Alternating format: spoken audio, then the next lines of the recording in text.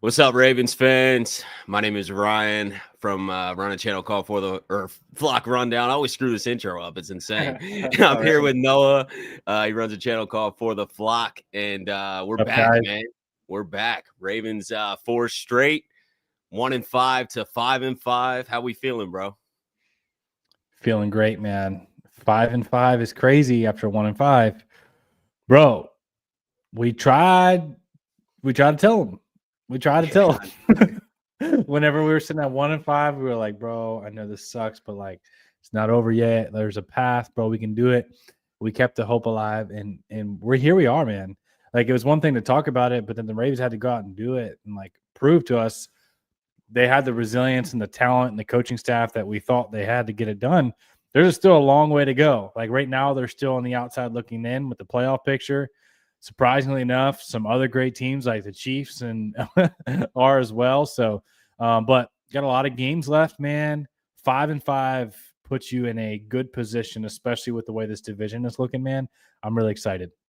Yeah, 100%. Division's wide open. That's probably our easiest path to the playoffs. There's some teams in the AFC starting to pull away, but the AFC North, we're one game back, got to play Pittsburgh twice. Aaron Yeah. Rodgers is banged up. Like there's a lot to go here, man. So no, I'm feeling great. We definitely kept some hope alive. Not everything's perfect. I see a bunch of people in the comments obviously talking about the offensive line that's definitely the biggest concern Yeah. of this team and has been for a few years now. But I mean, I think let's talk about the Cleveland game. We'll start Yeah. just since Start there, that's man. fresh. Like I think as ugly as it was, especially on offense. I mean, the defense balled out, but special teams made some mistakes. Offense made some mistakes. Ugly division win. Yeah. But to even gut that out though and find a way to win, I still think is something to be credited. And like it's not. I mean, yes, the offensive line 100% needs to be better, and I don't Yeah. even know if we have the personnel to increase that, to be honest. But um, regardless, gutting out that win, I think, is something that just really stood out to me. That's not a game where we collapsed or, we talked about a few weeks ago how with that 1-5 start, you put yourself in such a hole that you can't really afford these normal division losses. You can't afford to split with Cleveland or split with Pittsburgh. Like you kind of got to run through the division to make up for that ugly start.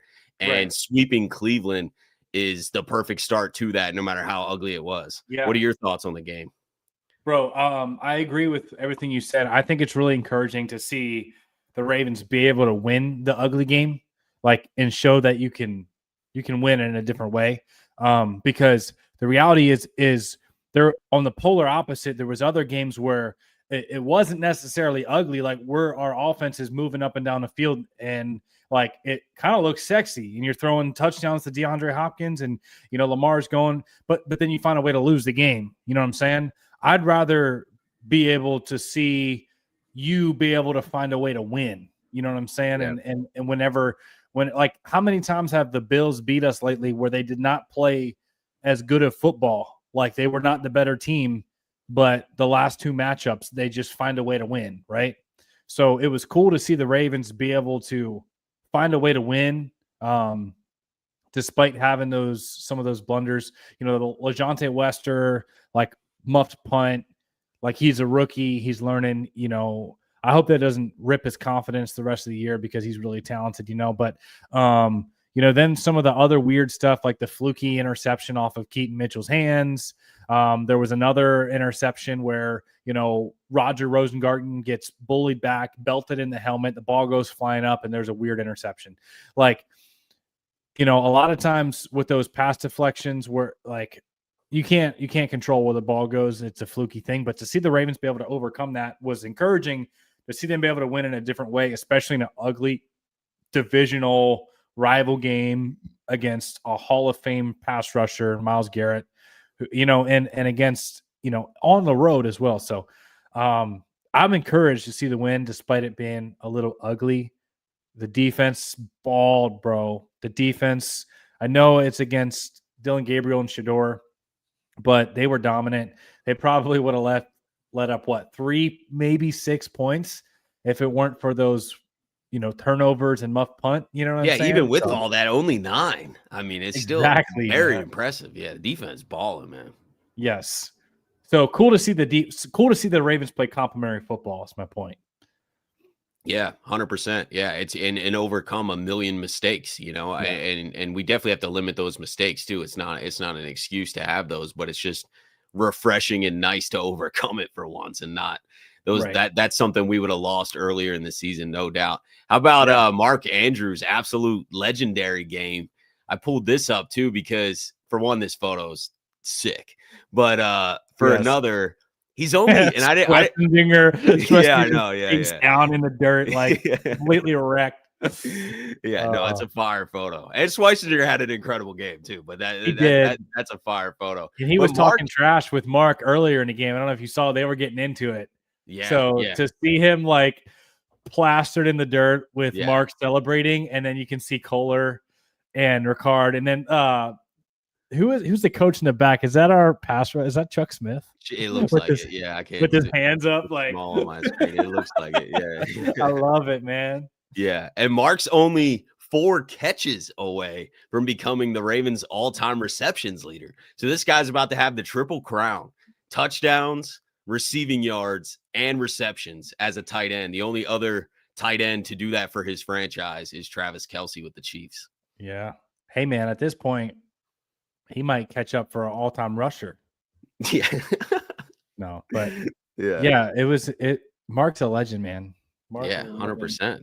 I got a signed jersey back here. I saw you wearing it in your video too. You say you wore it to church and then wore it in your video. Yeah, that's cool, man. Yep. I had to rock the 89. I know he's gotten some hate the last year or two, but he's still a dog. And I hope he gets an opportunity in the playoffs to just like make some big time impact plays like this. You know what I'm saying? Like to make it right. Cause this dude is he's one of the most like competitive, like Ravens, competitive, like even in practice reps, like he's so competitive and fiery. I know it broke his heart, to see, to make those mistakes in the divisional round, but I hope he gets a chance in the playoffs this year to make it right, bro. Yeah, I mean, I think he's going to get the chance. Yeah, he's just got to execute it. But I agree, man. I mean, absolute Ravens legend. And yeah, to speak on his competitiveness, I was watching an interview with Baker. It was like a few weeks ago, I think.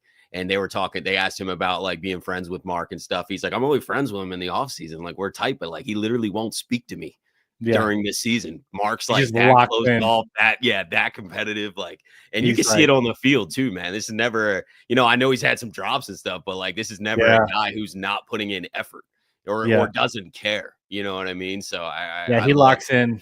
Yeah, I love that about him. And did you hear Marlon Humphrey announced yesterday on his podcast in his episode that John Harbaugh was the one who created that hurricane play? Or at least came up with the idea of it, and then maybe Monken like helped teach it. But because Marlon Humphrey said that he went up to Monken and was like talking about how like you got some balls calling that kind of play in that moment, and found out that Harbaugh was the one that actually was kind of pushing for that. So I thought that was interesting, Yeah, bro, it was amazing because it caught everyone off guard, including like the camera people, like everybody was off guard. Like I was like, what? Like, whoa! I was like, where is he going? And all of a sudden, bro turned on the jets, man. And when he came around that corner, dude, he was he hit another gear that I haven't seen. That was the fastest speed. No, it was the fastest ever for him. Really? Yeah, it was 20. The Ravens posted a graphic. I don't have it pulled up, but it was 20.09 miles per hour. It was the fastest speed Mark Andrews has ever hit in his career. Was on that run. Mark. Yeah. All right, Mark. So he still got the juice, man. Yeah, he has the most juice. Yeah, bro, I mean, he's never ran that fast. Dude, that adrenaline rush hit him, and he went. He was gone, dude. But bro, you know who else? I was thinking about this when we were talking about dudes who like lock in. I like to see Alohi. What was it last week against Minnesota? Whenever JJ McCarthy tried to like dab him up mid game, he's like, "Bro, I ain't shaking your hand in the game. What you talking about?" Yeah, no, we need that energy. We need that 100%. I love it. Speaking of that, Alohi Gilman in that because we didn't go live last week, but on the Wired episode, his communication was impressive to me too. I mean, I really, just for how new he is too. It's, I obviously expect a safety to communicate, but this guy been here a month and is like directing people where to go. He's yelling out the down and distance, like Yeah. communicating the entire defense. It's 3rd and 5. It's 3rd and 5. Like he's telling Awuzie, like, I got this coverage. Like he's really communicating to That's people. And so for a new good, guy to man. come in like that, yeah, that's awesome, man. And Yeah. obviously you could see the defensive turnaround. I mean, I know the competition, which we talked about, the schedule gets a lot easier, and here we are back to 5-5, but the competition hasn't been, as elite as it was earlier in the year. But I Yeah. still believe that this is a real defensive turnaround, and the Yeah. additions of Alohi Gilman and Draymond Jones were, mid, I guess, or average kind of when it comes to like shock factor, but Right. have really opened up a lot of other options. I think being able to move Kyle Yes. Hamilton closer to that line of scrimmage has been Yes. insane. I mean, he's playing the best he's ever played. He's genuinely game wrecking. Kyle Yeah. Hamilton is unbelievable. It's the way they fit into the puzzle, bro. Yeah. Like they may not have been the biggest, sexiest puzzle piece, but the way they fit into the puzzle, like it complements everyone else, all the other pieces so well. And like like you said, it frees Kyle to just go wreck shop and just do everything. I was thinking like if Kyle Hamilton like strictly played like outside linebacker, or like maybe he probably couldn't hold up against the run down in and down out, but like if he was a straight up like pass rusher, he'd probably be a Pro Bowler. If he was just a strict linebacker, he'd probably be a Pro Bowler. If he was just a strong safety, Pro Bowler, just a free safety, Pro Bowler, just a nickel cornerback, like no matter where he goes, he blows up blocks, man. He's sticky in coverage. He's explosive. He's fast. He's cerebral. And then like you compare up that communication that you're talking about with Alohi, that I feel like that really complemented, like Alohi like unlocked Malachi Starks, man. I don't know if it gave him more confidence, like the communication aspect, like, but Malachi's been playing night and day difference from what we saw, and he's just getting better and better. And then you see Mike Green starting to emerge and get better and better. And then you got Teddy Buchanan keeps playing better and better. Like all these like young defensive pieces are continuing to get better. And then Draymond Jones, I know he hasn't showed up on the stat sheet yet with the sack, but the dude has been really disruptive. Like clearly on that last play where Roquan Smith got the pass breakup, he had a clean win off the right tackle. So. The timing, unreal. Yeah. I know so many people are yelling offsides, and maybe like technically by a minuscule hair he could have been, but I think that's perfect timing. I could be biased because I'm a Ravens fan, but he got off at the exact moment that ball was being snapped. Yeah. And blows by whoever it was, Wyatt Teller, I think, or somebody. It just blows by him, and then forces that throw. Speaking of pressure, I mean, dialing up pressure, and that's what you do against rookie quarterbacks, right? Like, bless you. They're not able to diagnose all the stunts and things that are going on. They're a little bit more confused. The game's a lot more simple for them. So I loved what Zach Orr was mixing up with the play calling too on defense. And he, for someone that struggled for the first 5 weeks, we're over here talking about how we need a new defensive coordinator potentially. I've been very impressed with this entire defense's effort and the defensive game plan and execution and play calling by Zach Orr. So I mean, I feel good about it now. Yeah, dude, I don't know what's up with Zach Orr and slow starts. Yeah, like because I said one of the reasons I thought the Ravens would legitimately like win the number 1 seed this year was because I was like, you guys saw the way the defense performed the second half. That was just his first year as a coordinator. I was like, he had the number 1 ranked defense like the last 10 games of the season or whatever like that. So I was like, bro, wait till we have a whole season of that. And then you're having Lamar in the 3rd year with Todd Monken and D-Hop and Henry. Like, it's going to be nasty, bro. We could like win the number 1 seed. And all of a sudden, like, defense comes out just terrible. Like, but I know like you were talking about the schedule being a little bit softer down the stretch, but the Bears are a top. I think they're ranked. Let's see. The Bears in total offense yards per game are number 4. And we held them in check. We held the Rams, who are number 8 overall in offense. We haven't given up more than 19 points in 5 games now. So Yeah, man. The defense is Impressive. night and day. We've went against some solid offenses. Not like the best of the best, but some good offenses. The Rams, Bears. But yeah, man, I'm excited to see this defense keep clicking. And the good news is they're not even done as far as reinforcements. They still have a key contributor coming back in Tavius Robinson, who's reportedly walking around looking he's getting closer, and then our Darius Washington as well. Yeah. So those are actually like I'm very curious. Tavius is definitely going to play. I'm very Yeah. curious how they mix AD in with Yeah. like the because they're playing 3 safeties. right. You know what I mean? So like, how much does AD play, or is he just kind of like a depth option this year? Like I'm curious how that works, because you don't want to mess with what you got either too much. But I love we'll put Kyle Hamilton at outside linebacker full time. All right, he'll still then thrive also there. have 3 safeties on the field. Yeah, and then we'll put AD Malachi, or we'll figure it out. But Darius, bro, he was a starter, man. Every time he's healthy, he starts. He finds his way on the field as a starter. He's a dog too, man. He's another Mark Andrews like competitor, like that elite competitor that's just constantly playing hard, man.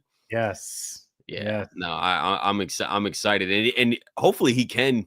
Even I kind of want us to re-sign him for a year, because I feel like it'd be a low deal.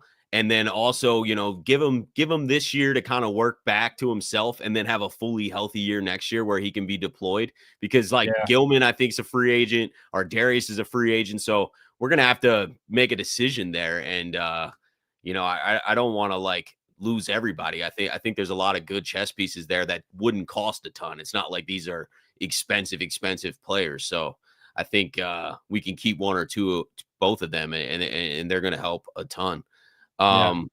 Let's look at the schedule, and we'll talk about the Jets a little bit here. So Jets coming up this Sunday. They officially benched Justin Fields again.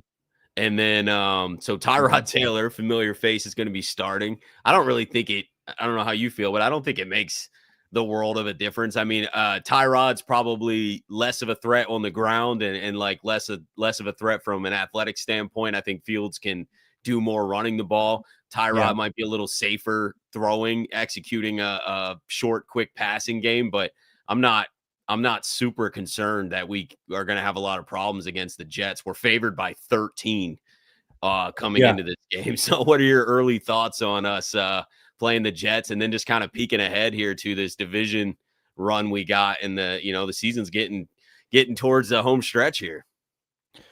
Yeah, man. Jets definitely going to be a smackdown. That's how I'm feeling too. I don't expect them to put more than like 9 points up, especially if Garrett Wilson is still out, which I think he is. He's out for this game, yeah. But since their defense is really falling apart too. They traded away 2 superstars. I mean, Quentin Williams and Sauce Gardner. Crazy. Those two are, they could have been.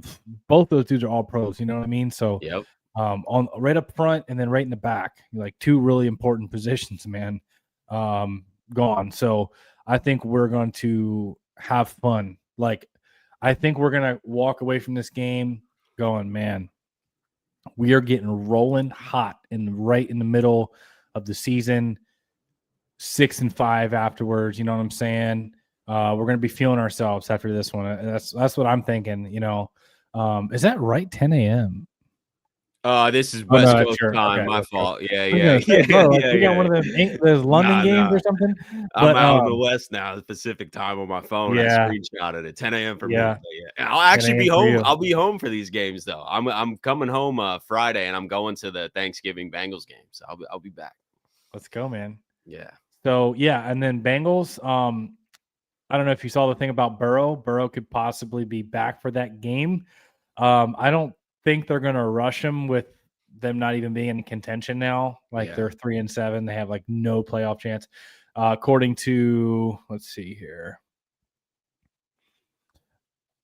Yeah, so I was looking at the playoff simulator, and right now we are what, 10th? It's going to be rough. Yeah. Right now, in front of us are the Texans, and the Chiefs. Now, the Yeah. bad part about this, the sucky part about this is we lost both of those head-to-head matchups. So if we end up with the same record as the Chiefs or the Texans, they're going to get in front of us because we lost the head-to-head matchups. It's just how the playoff tiebreakers work. So you got to win the division. Win the division. AFC, Yeah. you got to win the division. AFC is way too tight to be putting your chips in the basket and getting a wild card, especially when you lost two of the tiebreakers you would need. So, yeah, man. But, I'm feeling comfortable about Jets, feeling great about Bengals, especially if Joe Burrow is not playing. If Burrow's playing, you got to be a little concerned, right? I mean, he's a monster. You got Jamar Chase and T. Higgins, even though their defense is literally the worst in the NFL. Yeah. Those divisional games, sometimes it doesn't matter. Like, it just gets ugly and scrappy, and some like the pride and the mojo comes in, factors in, and all of a sudden a defense that's normally terrible, it looks like, whoa, where did this come from? You know what I mean? So, feeling great about Jets, Bengals, Steelers that'll be big. That'll be big time, man, because the Steelers, they have the personnel, I think, on defense to give us some problems. Like their front, their pass rush. But we saw what Derrick Henry did to them 2 or 3 times last year. So you're hoping that continues to be the case. Did you see the Jalen Ramsey? They moved him to safety. Yeah, he's been playing well. Yeah. No, he's a difference maker. Wherever, really, man. Yeah. You know what I mean? I think Ramsey is just one of those guys that impacts the game kind of wherever he's at on the field. Yeah. So yeah. No, I think if you win these next 4 games, Jets, Bengals, Steelers, Bengals, even if you were to drop 1 or 2 to the Packers and Patriots, I still think the Ravens will be positioned to win the division. And then we play Pitt to end the season, so I mean that might be the control right there. I feel like if that's how it goes, like you said, I think we're in full control still. Yeah. Mm-hmm. Which is all you can really ask for, is to be in full control at the end. I mean, right now, looking at the playoffs, these are the odds as we stand of which seed you could get. So, like, just to make your point even more, the Ravens have a 51% chance to get the 4 seed, which is winning the AFC North. And then look how low the percentages of anything else is. Like, you're basically not getting in the playoffs. If you have a 2% chance to be the 7th seed, 1% chance to be the 6th seed, 0.1% chance to be the 5th seed, you basically it's AFC North 4 seed or not. And then we would play the 5th seed, which by far biggest odds to be the 5th seed right now is Buffalo at a 36.4% chance to be the 5th seed. So, if we win the AFC North and everything kind of plays out as these projections are, it's just, it's still early, but it's fun to look at. We would be hosting the Bills in Baltimore for the wild card matchup. Yeah. That would be fun. Yeah. No, that would be very fun. I'd like to play the Bills, man. I'd love to play them. We've lost too many important games to them recently. We need some get back. Yeah. I would love to play Buffalo, especially at home, man. Yeah. I still don't. Man, our offense has shredded them every time we've played. Yeah. And our D's playing so much better, man. Week 1 was a nightmare. Yeah. And we had even Jair out there for half the game. We did, bro. It's like, which he retired, right? Like, for now. Yeah. I mean, he's obviously dealing with some stuff. So prayers up for him. I hope he can get back healthy and get his mind right. But so I wasn't like making a joke that we had him out there. I was just making it the point of like, that's where we were at in week 1 defensively. You know what I mean? And then like, look how everything has played out. Now you can kind of maybe understand why we were, getting torched there for a second too. So I think it just needs to be put in context, but I'm wishing Jair the best though, man. No one expected that situation to play out like that. I know, man. And the reality is, man, is the Ravens are they're in control of their own destiny, right? They're only 1 game behind Pittsburgh, and they still play them twice. So as long as they take care of business, they're in the driver's seat of their own destiny right now. They don't need any outside help. They don't need the Steelers to drop any games. You know what I'm saying? Like, all they have to do is beat Pittsburgh when they play them, and they're in the number one. They're in lead for the division. So, and Pitt's not winning out. You know what I mean? It's not like it's. Yeah, I even think we could drop a game. Like you said, when we just looked at the schedule, like if we lost at Green Bay or something in week 17, like we can afford a loss like that if you run through the division. And so, yeah, they're in full control, man. Yeah. And now the Bengals are at least far enough back where you don't have to worry about them either, you know, especially with Joe Burrow coming back soon. I don't even know why he's coming back. I mean, I guess there is a chance, but they'd really have to run the table. Bro, they'd almost have to like sweep us. Yeah. Bro, you know what's crazy, man? The Steelers, their next 5 games, 4 of them are in the playoff picture right now. Yeah. Well, 4, not all 4, but Bears, they're 7-3 right now. Bills in the playoff picture.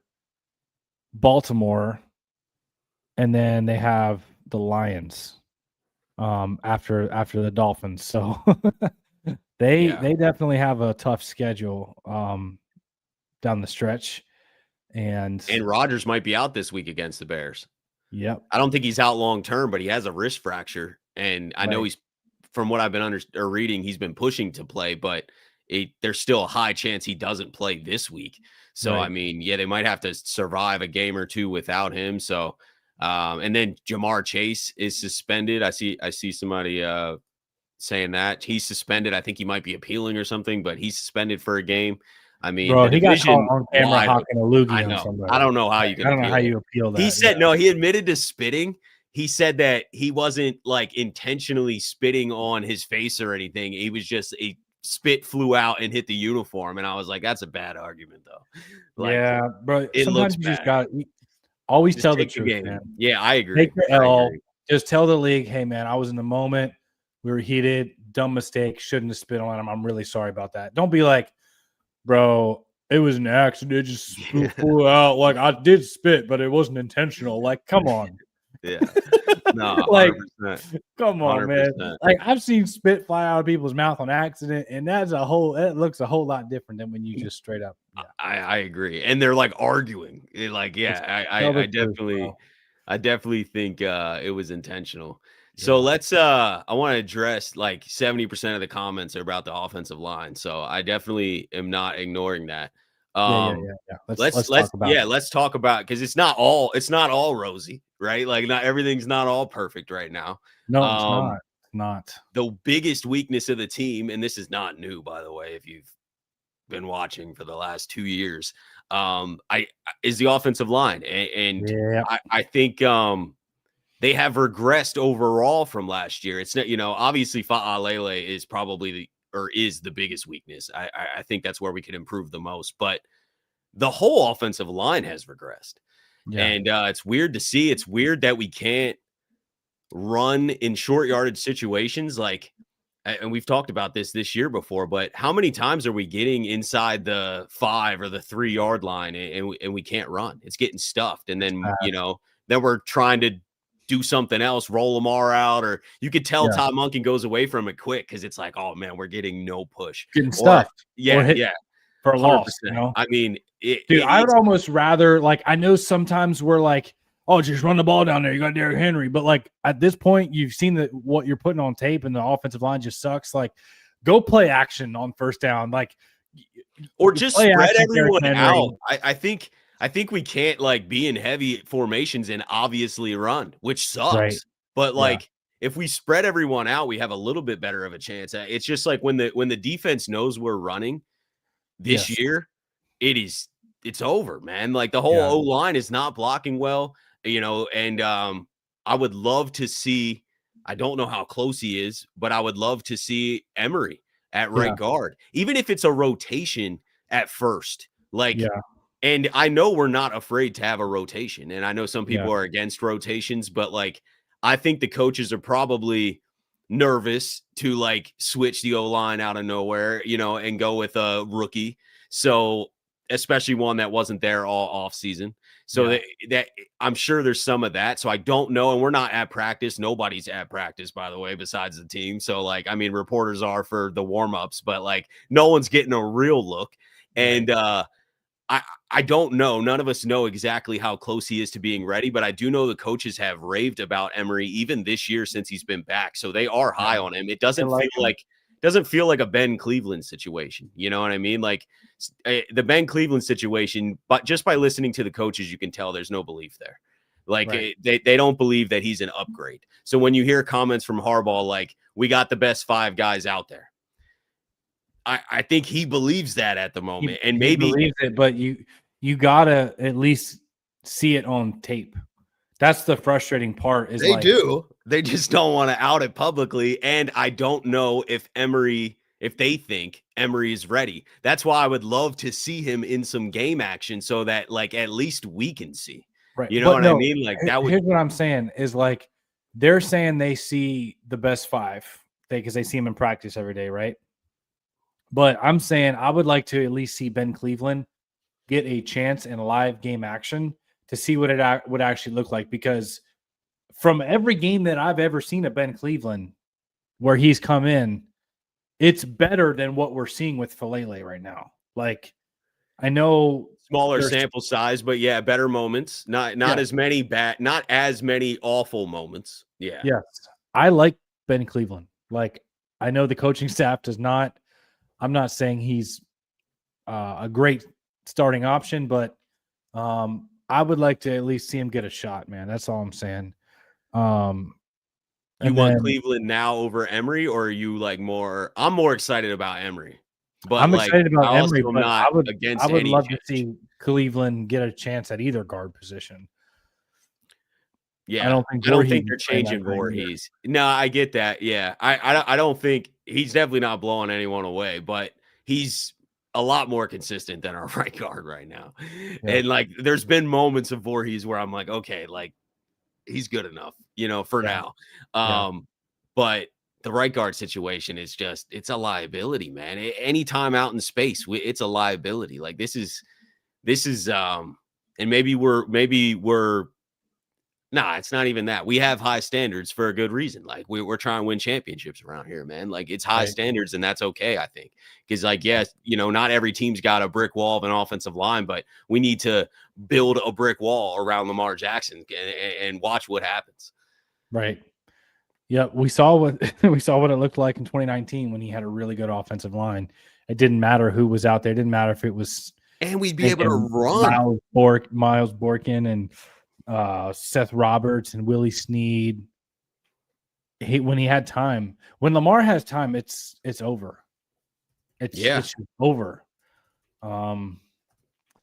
Whenever he's comfortable and able to push the ball downfield, it's game over, especially with these weapons. I understand, like, you can't have, you got to have a weakness on your team. Like, every team is going to have a weakness. Every position can't be a strength.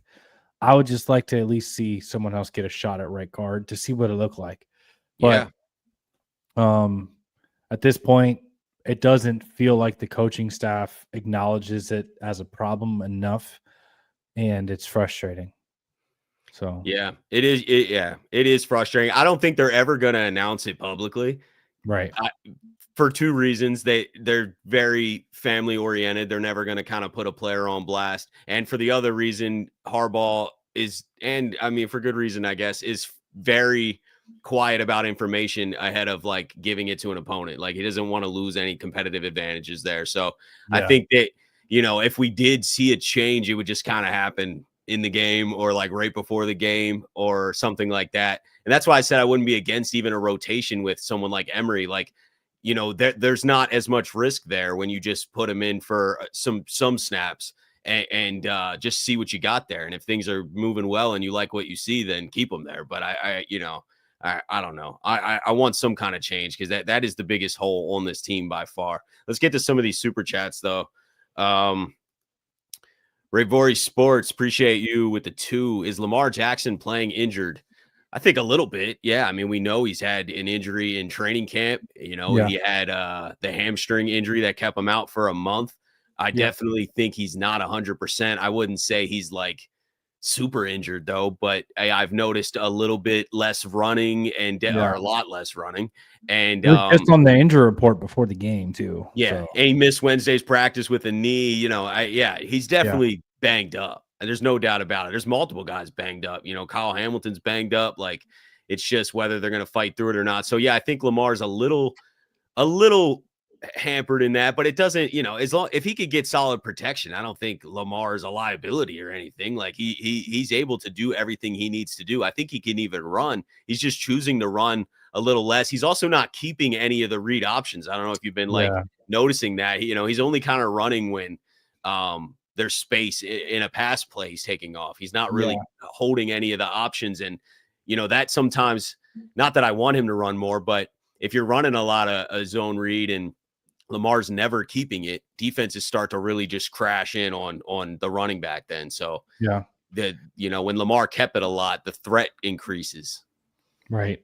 Yeah. I mean, on the first drive, he kept one of the options and lost a yard or two. He got ran down.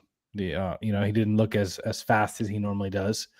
So yeah, I think if we can just get a little bit of improvement and a little bit more consistency on the offensive line, we'd be in a good spot moving forward. The other thing to note is that like we've gone against some really, really good fronts the last few games. Specifically with the Browns, I think they might have the best front in the NFL. Like Mason Graham was a top 5 pick, and then you got Myles Garrett, who's a future Hall of Famer, and then some of their other defensive tackles are really good as well. So, but hey, you still got to be able to protect. Like, if you want to win a championship, you got to be able to get it done against the best of them. So there's going to be other strong fronts, like Pittsburgh, like you said, has got one of them. We're going to see a freak in Green Bay in week 17, dude. Yeah, if we want to go on a Super Bowl run, you're going to have to face the Lions, maybe. You're going to have to face the Eagles, maybe. Like, there's a lot of strong fronts, man. KC's always stout up front. Like, we're gonna run into a lot of these teams. Maybe not quite Myles Garrett, but it doesn't matter. You need to protect, and you need to be able to run block. We need to be able to get a freaking yard. It is that's what drives me nuts the most, is like all these short yardage situations where it's 3rd and 1. That should be nothing. Like we got Derrick Henry and Lamar Jackson. You should always get a 3rd and 1. Should never not be able to pick up, bro. If you're like 1st and 3, if you're 1st and goal and you're like at the 3-yard line, and you have 4 tries to get 3 yards with 2 future Hall of Famers in Lamar Jackson and Derrick Henry, and then Patrick Ricard, there should not be a scenario in the world that you don't score a touchdown needing 3 yards or 4 yards. You know what I'm saying? Like with 4 tries. But then what the problem is we'll run it on 1st down and then lose 2 yards. Derrick Henry get blown up in the backfield. And then we went from 1st and goal at the 3 to the 5. And then we had to pass it on 2nd down. And then it's inexcusable. And I think the guard plays, even like Tyler Linderbaum isn't even playing as good as he normally does.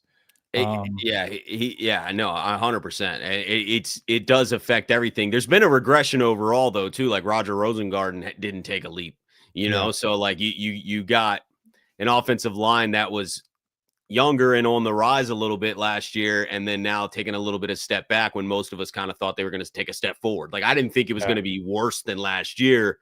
It is.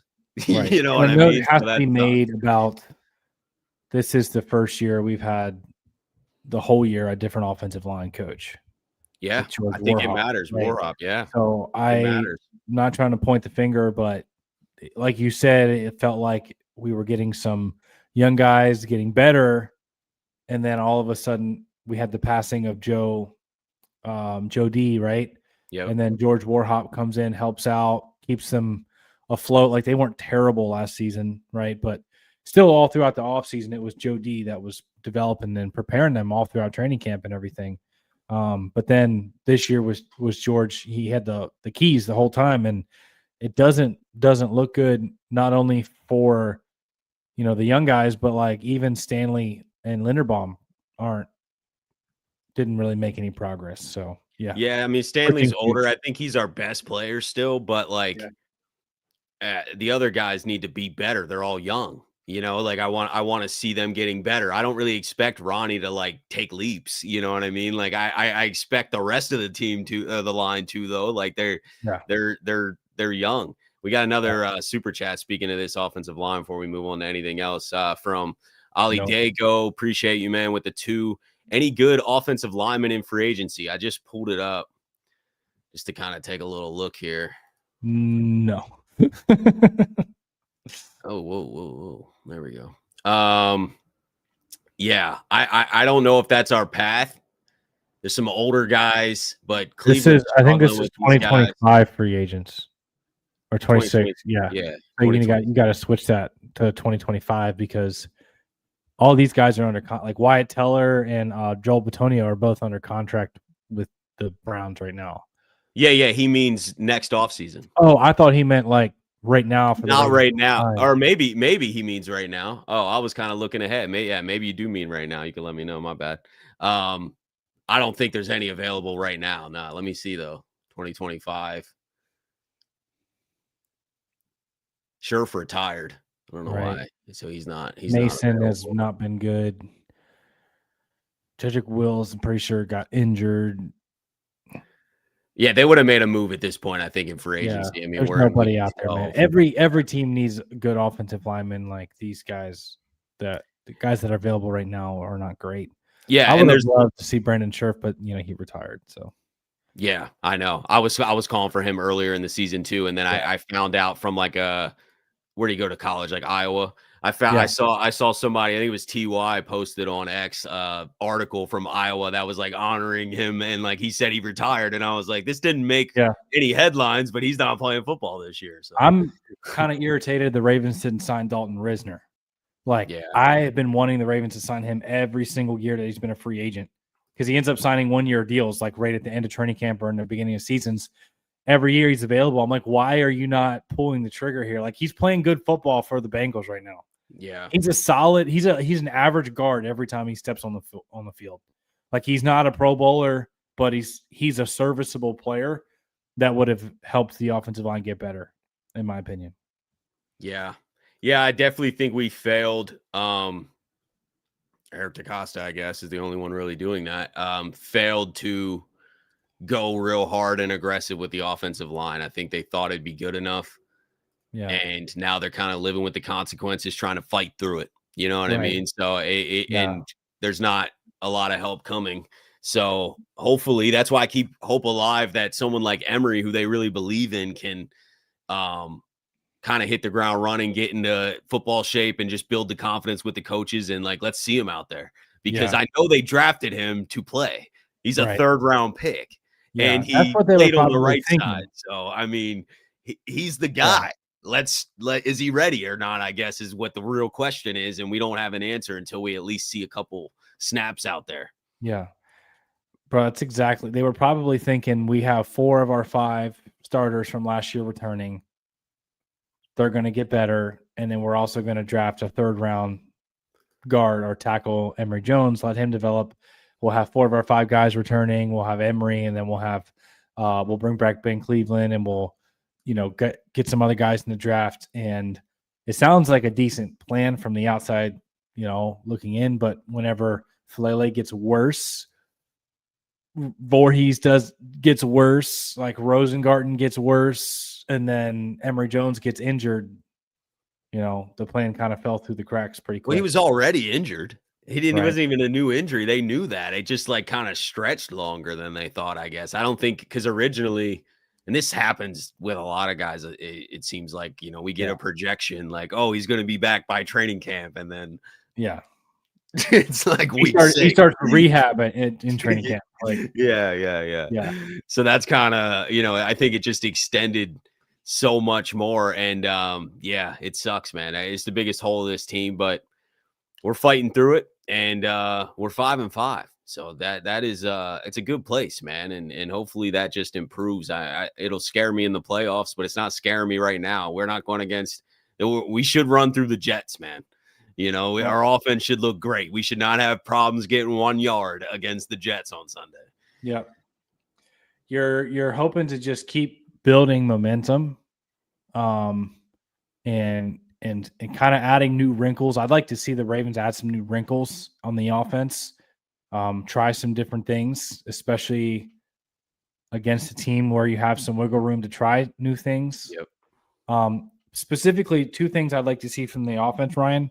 Yeah.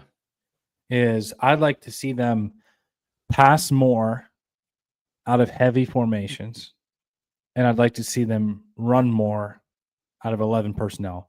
Like you were talking about earlier, you said, hey, like if we're going to run the ball down there on the goal line, let's come out and spread the defense out, right? Yep.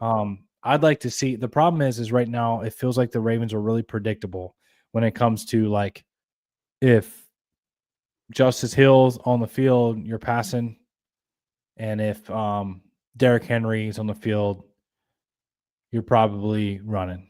You know, like it feels like there's not enough variation there, and I would like to see the Ravens throw more out of that 12 and 13 personnel package to those tight ends. But I do like I liked how they got some easy checkdowns going to Derrick Henry. Like so many times Derrick Henry is like wide open in the flat, like nobody, and he'll pick up an easy first down. Like he's got so much space. So, and then also Keaton Mitchell getting more integrated into the offense is good news.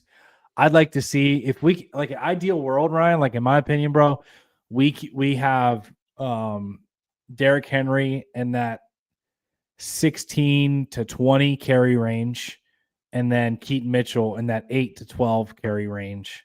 I'd like to see Keaton continue to get more touches, but run the ball with Keaton and Derrick on the field, and throw out of heavy packages and then run out of some lighter packages. I'd like to see that, man.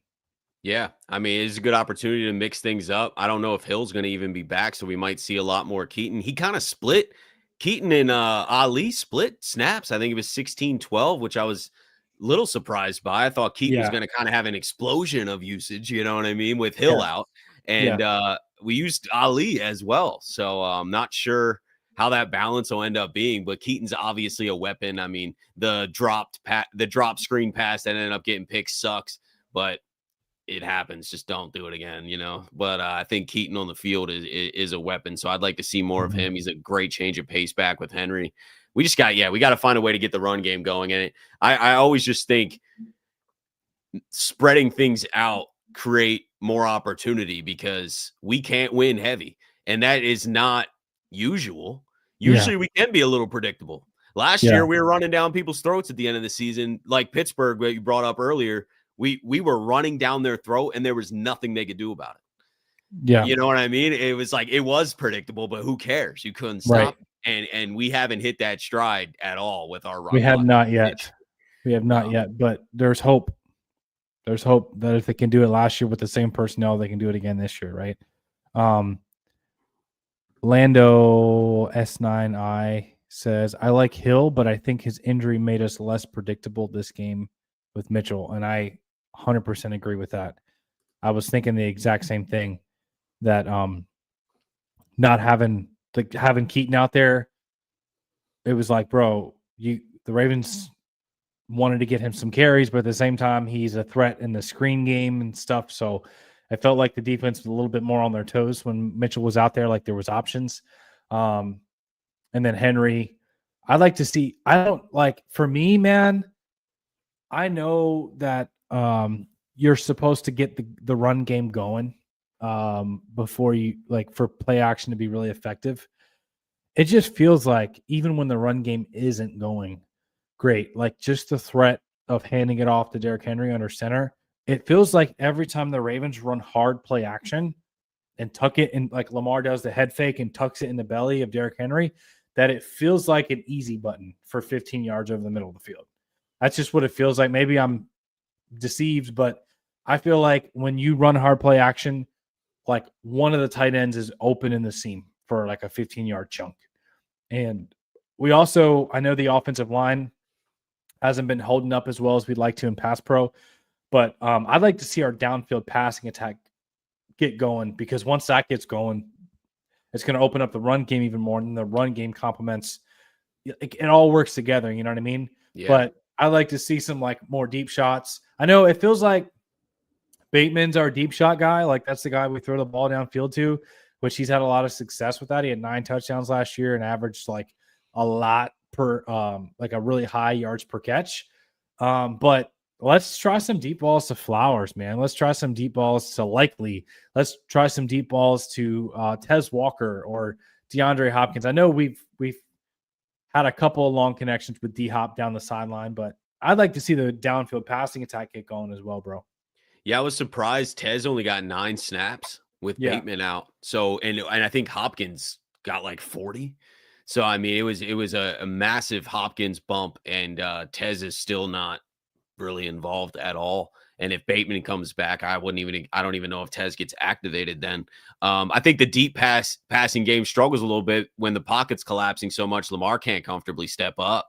You know what I mean? So like that, it goes hand in hand with the offensive line a little bit. If we even had just an extra second there or a cleaner pocket, if you lost a little slower and Lamar could just step up, like there'd be more options. But you know, Lamar can't really step up, and then once you start rolling or dancing and getting uncomfortable, he looks uncomfortable, then a lot of that goes away. You're kind of playing backyard football looking for something to happen. So we could just protect a little better. I think the deep pass game and play action would be even that much more dangerous. And honestly, when we go against teams like I'm telling on Sunday, when you go against teams that don't have a front like Cleveland, you're going to be able to do that. I bet you we have some deeper shots on Sunday.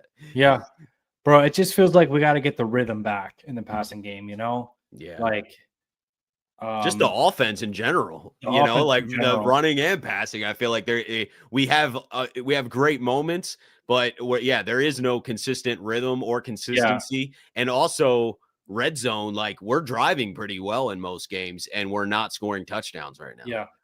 Yeah, bro. I'd like to see, I know I'm saying I want to see everything from the offense. It's just the inconsistencies, but I'd also like to see, do you remember, the first year of Todd Monken in 2023, how he made a really concerted effort to get the ball out like quicker. Like there was a lot of like quick checkdowns to the running back, like Justice Hill had one of his best seasons as a receiver. And like just like quick 5-yard outs and the 8-yard hitches on the outside from Bateman and Flowers. It felt like we had more of that rhythm, on time, quick passing game.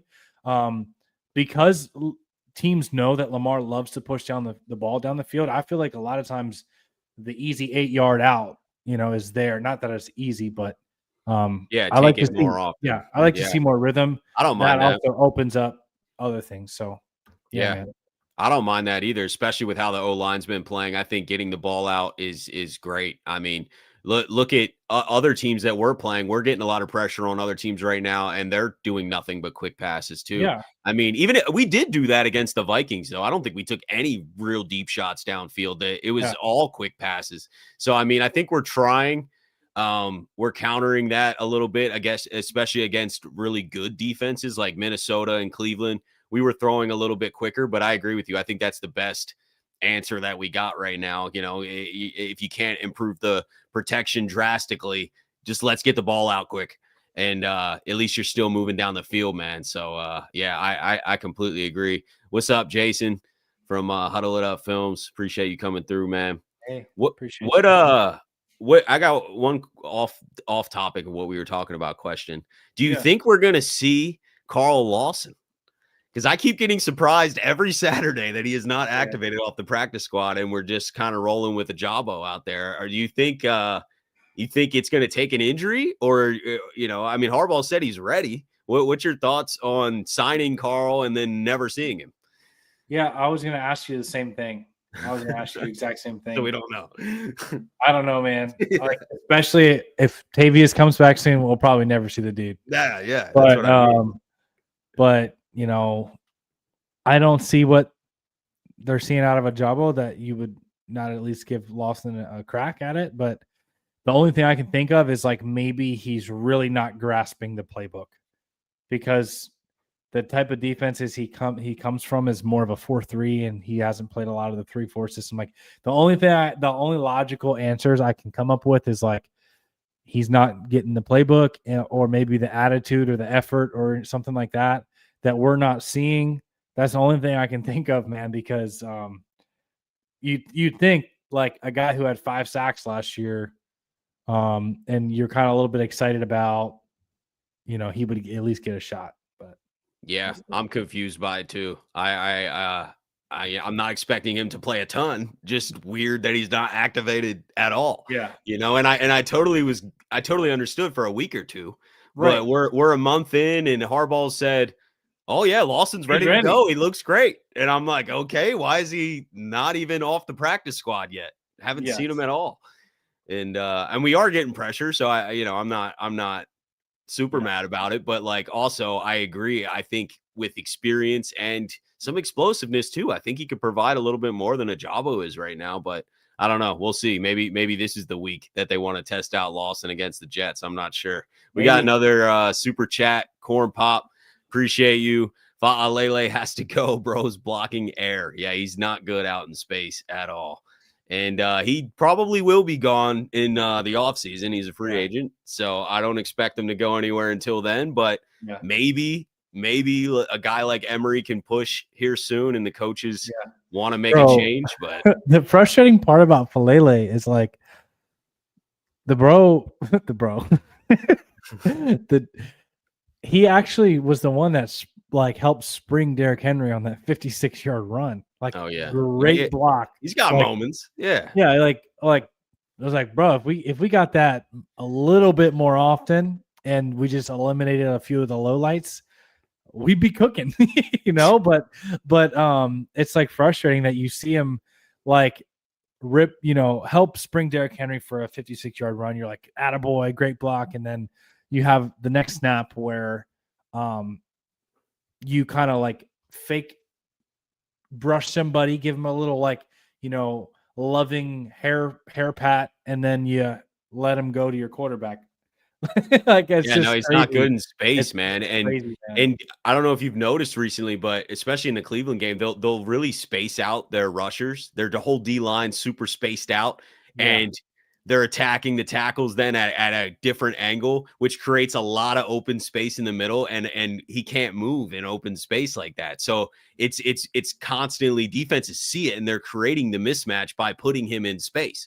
They're like, oh yeah, block this guy out in space where we can just get around you. You're not moving quick enough. The technique's not there. It's just not good enough. It is what it is, man. The noise is very loud for a reason. It's not that we're just hating on a guy. I'm not even hating on him personally. He shouldn't be put in that situation. It's just, we need to be better there. That's just the reality of it. I agree, man. Rashad Robertson says, why Peebles not in the game? I was thinking the same thing. They just want run stuffers in there. I think we're getting to the quarterback in different ways. His main strength this year right now is getting to the quarterback. But I don't think I'm defending that. I would like to see some Peebles too. I just think that's what their thinking is. They're putting a guy like Brian, who they just signed to the active roster, in there. And they're just really going with more guys that can stuff the run right now. And that's not Peebles' strength at the moment. I think he could get there as he gets a little older and fills out more. But like Peebles sorry, I didn't mean to cut you off. No, you're good, man. Go ahead. I was just going to say they're really not relying on the 4-man rush. And no, because we can't get home. Yeah, exactly. I feel like Peebles would help. Like if Peebles rushing on the inside, I think he's a really talented, natural, fast, twitched up interior 100%. Rusher. Yeah. You saw like some of the reps he was putting on tape, looked really good, really explosive. So Peebles, and then Draymond Jones, and then Mike Green, and then Travis Jones, right? Like if you had those four third down packages. Or obvious passing situations. Yeah, I think you would be able to actually have some success now with Draymond Jones added into the mix, and then Mike Green getting better and more consistent. But the problem is they're not trusting their 4-man rush to get pressure. They're bringing a lot of blitzes. Even if they'll rush 4, sometimes they're dropping one of their edge guys and bringing a nickel, like a DB.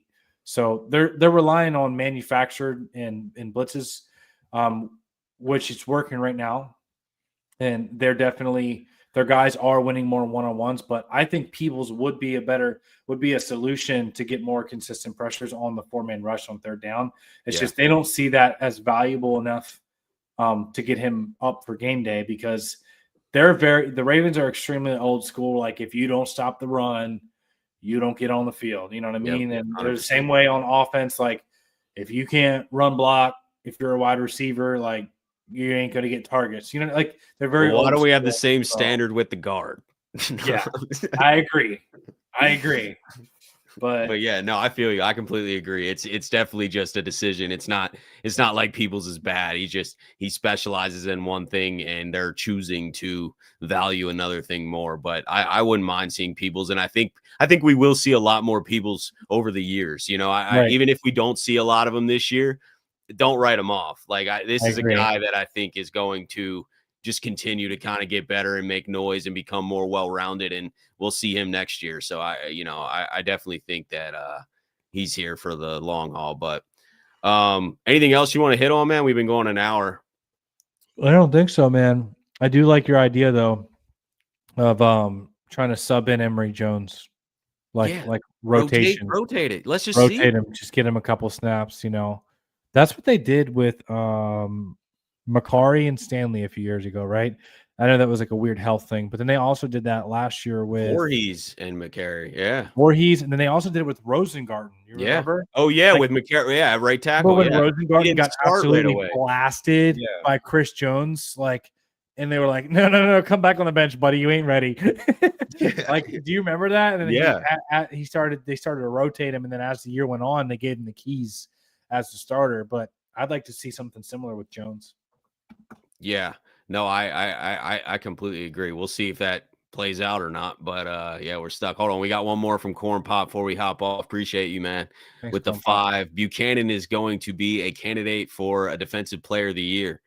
Maybe someday. I like what I'm seeing, man. I think he's impressing me. Rookie of the year or defensive, like, for the Ravens, maybe, but he's playing good football. Yeah. Especially, I guess some people called it maybe, but he's playing a lot more than I thought right out the gates, and is getting better week after week. So great sign, man. Whenever somebody's improving like that, it shows me a lot about their like commitment to learning from mistakes and just becoming a better football player. So I've been impressed with Teddy. Yeah, I've been impressed, man. I feel like they're finding a better role that fits Trenton Simpson. He's been morphing. Yeah.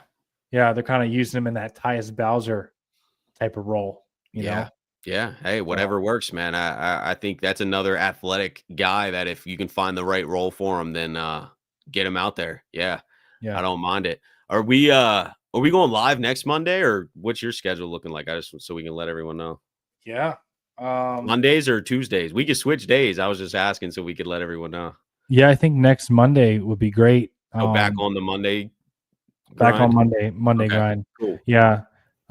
Yesterday we had a party, had some friends over, and we couldn't, so we switched for Tuesday. And then last week we just straight up had something crazy come out of the blue that we weren't expecting. Good.